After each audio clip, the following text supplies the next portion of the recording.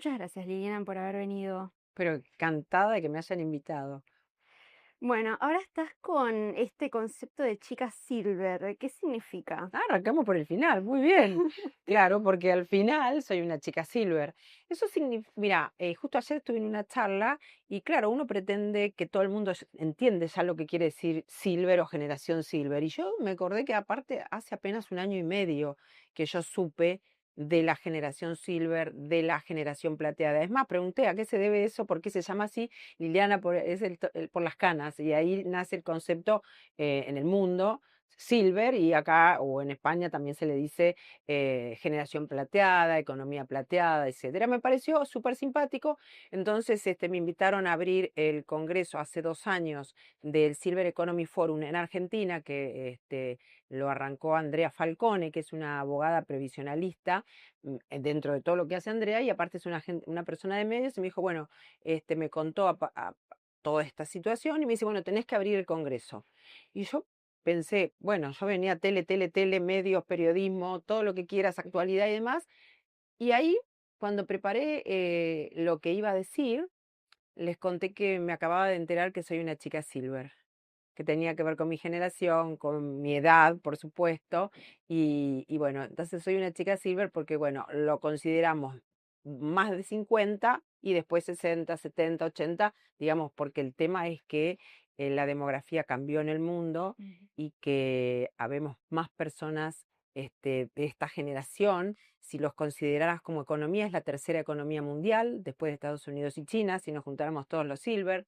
Entonces, tiene una trascendencia mucho más importante y es única en la historia de la humanidad. Que vamos a vivir 100 años es único en la historia de la humanidad, y bueno, entonces hay mucho para hacer. Ujú.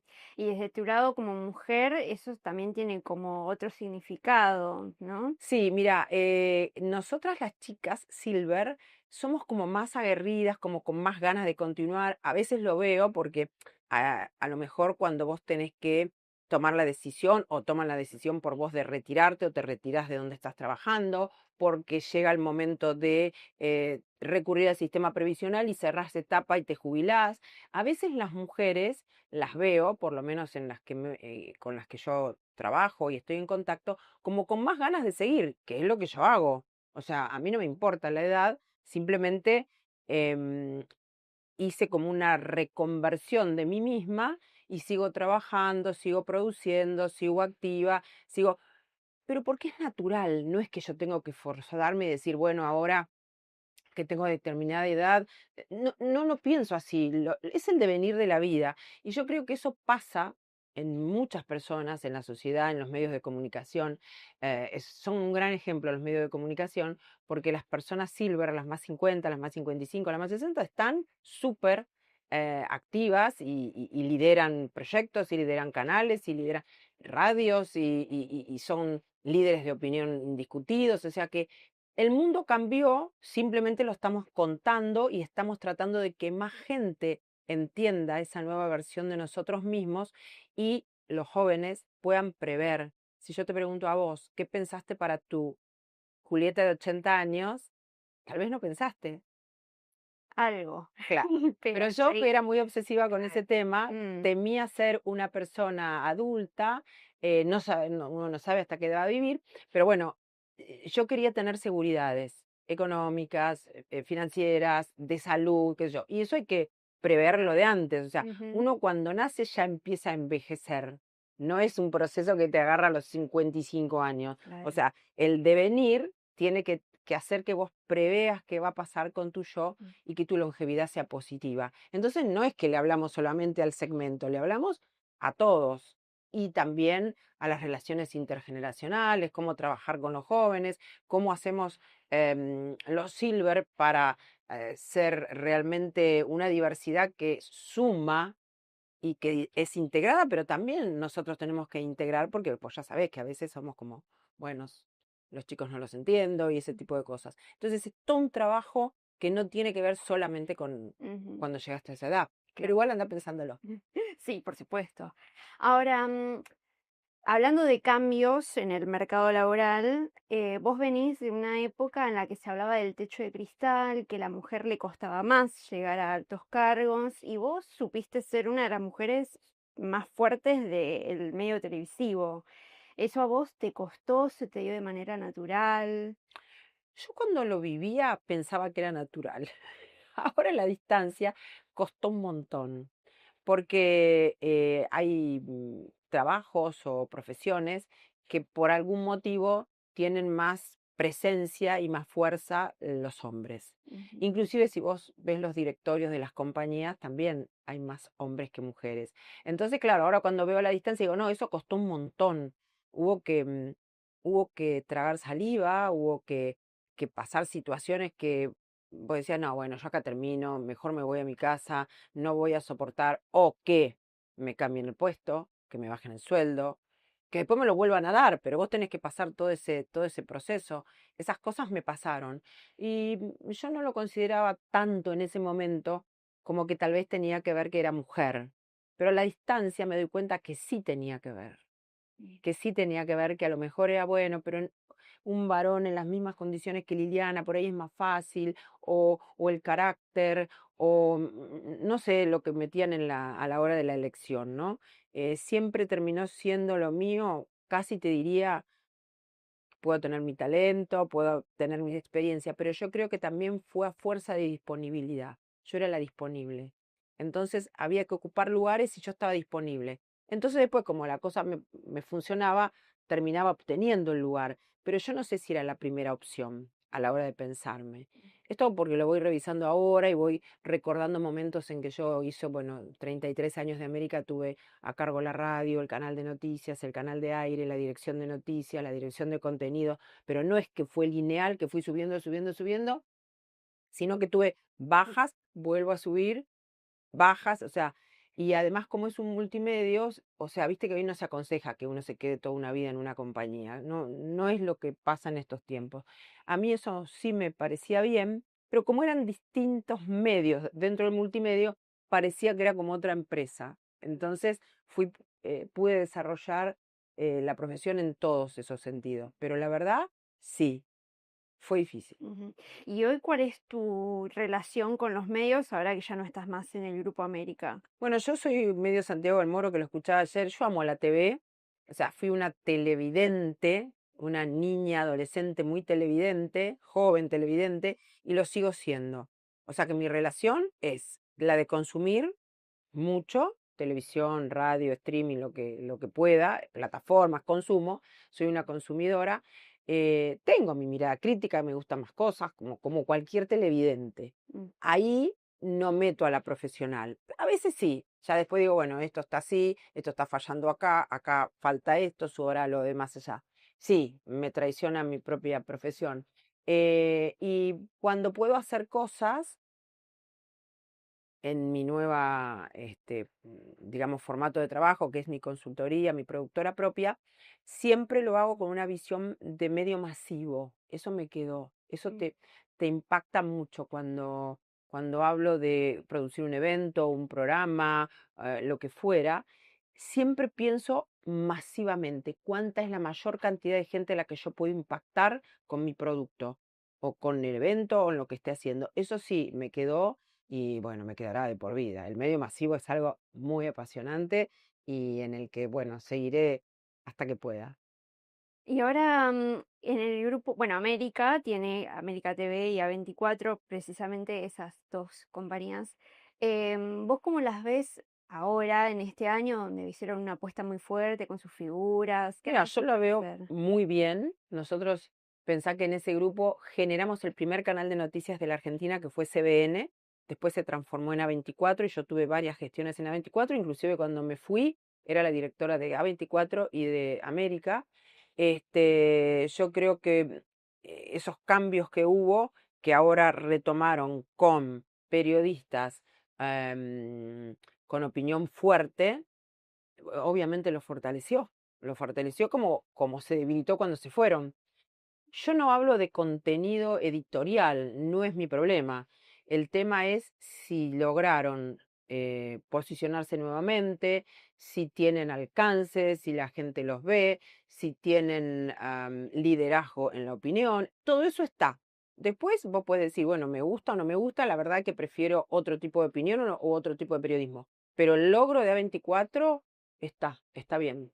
Y en general, la televisión, ¿cuál es tu perspectiva de cómo está hoy? Bueno, dentro aún cuando yo estaba dirigiendo, la cosa fue cambiando, como yo los últimos 10 años los hice entre el 2012 y cuando me fui, y fue como el cambio brusco, ¿no? El cambio de la televisión y el contenido de la televisión reinaban y también reinaban en lo comercial. Ujú, Pero después aparecieron todas las plataformas para la ficción, ¿no?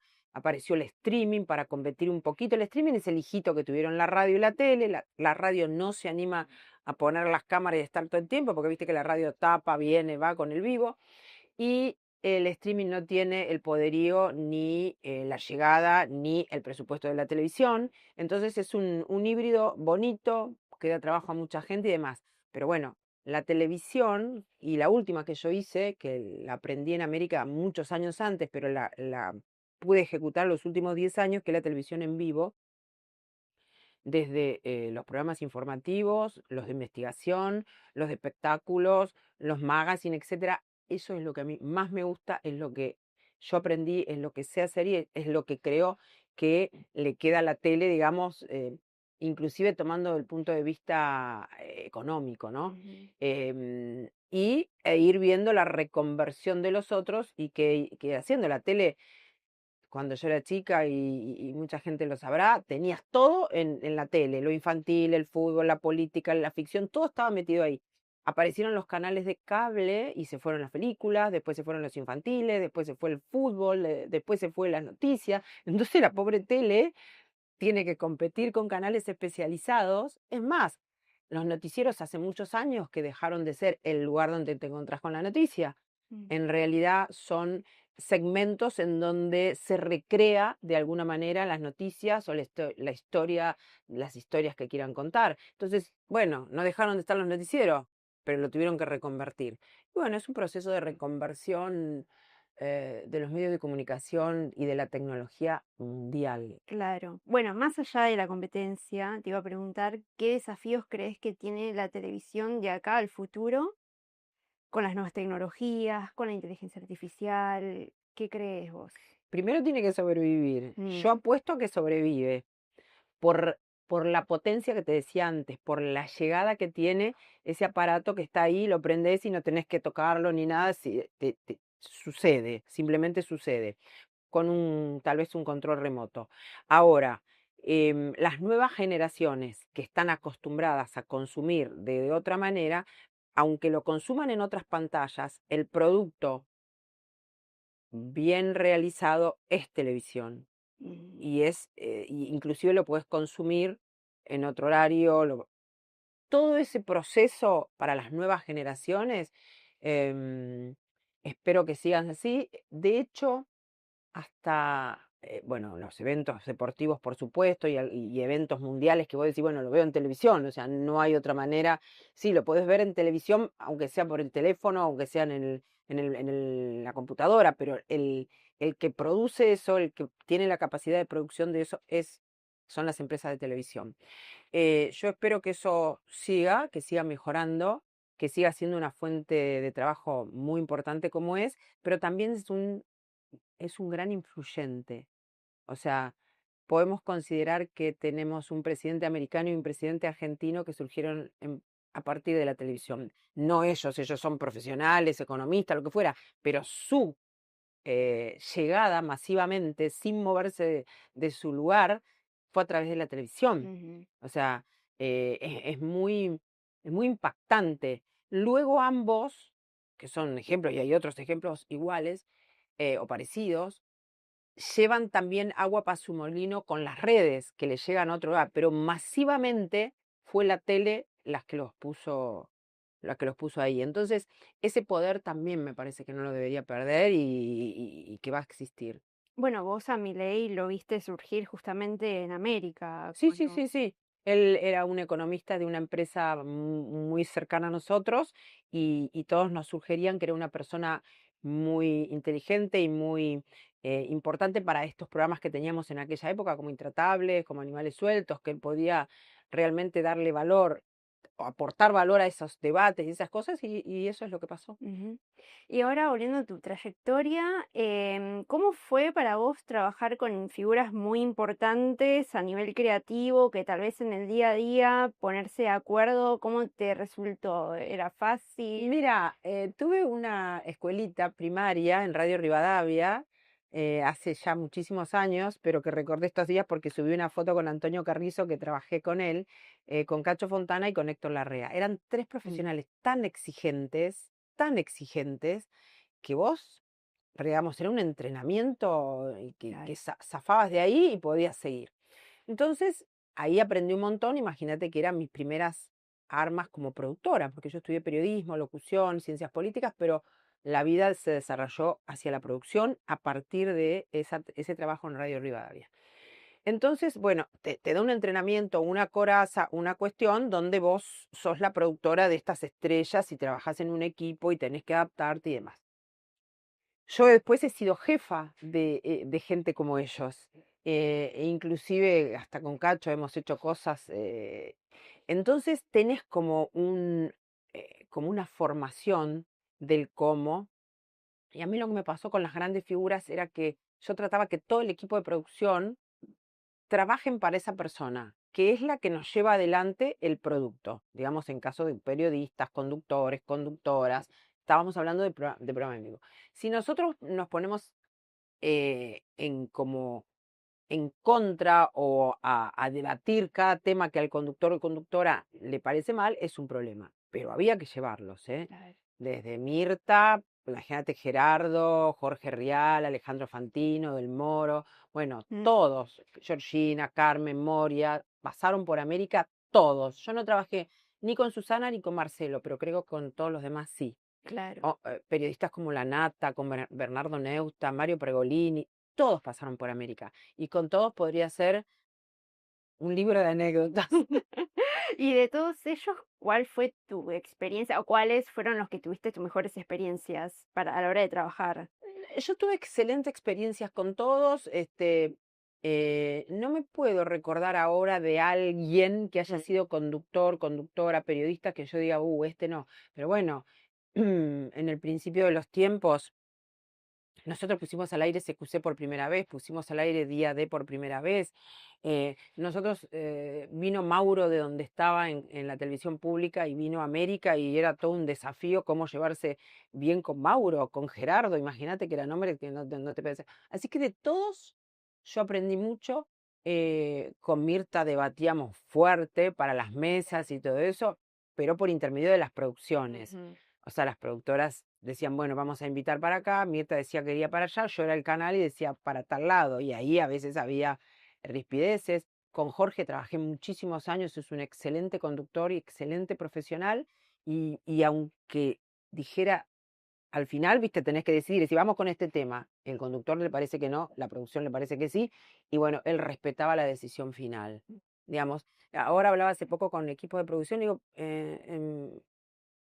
el productor es el que lleva adelante la decisión final. Ahora está medio diluido, hay conductores que son conductores productores, o hay conductores que toman decisiones por encima de la producción. Bueno, son otros tiempos. Yo eso nunca lo delegaba. Y claro. sentía el respeto de todos ellos, ¿eh? Ujú, Y así que, pero bueno, era constante. O sea, con Santiago cuando hacíamos Intratables, bueno, vos tenías que decirle vamos por este lado, y a lo mejor él en su cabeza tenía otra cosa, y tenías que maniobrar para que la cosa sucediera como lo habías soñado. mm, Pero lo que tenía siempre también era ese valor agregado que te ponen ellos, que vos como productor no lo tenés. ujú. O sea, vos necesitas eso que son ellos para transmitir, para comunicar. Siempre me acuerdo que estábamos haciendo Intratables y teníamos que sacar por teléfono a Estiuso de la CIDE por un Sí. tema X con Moreno Campo, que estaba ahí. Y Entonces aparece alguien que dice, no, no, es que eso va a salir por teléfono. Y yo, bueno, no, qué sé yo, lo ponemos por teléfono, pero claro, el señor no lo podía llamar a su teléfono porque es un señor que no te da el teléfono. Claro. Entonces llama él a un teléfono que nosotros le dimos y era el teléfono del productor, de José Núñez. Y entonces José Núñez y Santi tenían tanta buena química entre ellos y habían trabajado tanto en la parte de espectáculos, que era Infama, que baja corriendo con el teléfono y le da a Santi, entonces la nota la termina haciendo en el teléfono en vivo. Pero todo eso lo hace porque el productor aporta, porque José y él tenían esa relación, porque entienden que eso iba así, pues si le decías, no, mire que lo llamo, te cortaba y Claro. no tenías la respuesta. Entonces, todos aportan, Ujú. todos aportan un montón y bueno, y yo los respeto y formaron parte de mi vida. Y por último, ¿qué consejo le darías a cualquier chica que quiere empezar en los medios, que tal vez esté estudiando? ¿Qué le Mira, yo siempre, fíjate vos que yo empecé a trabajar en mi adolescencia, juventud primera, en gastronomía, era camarera.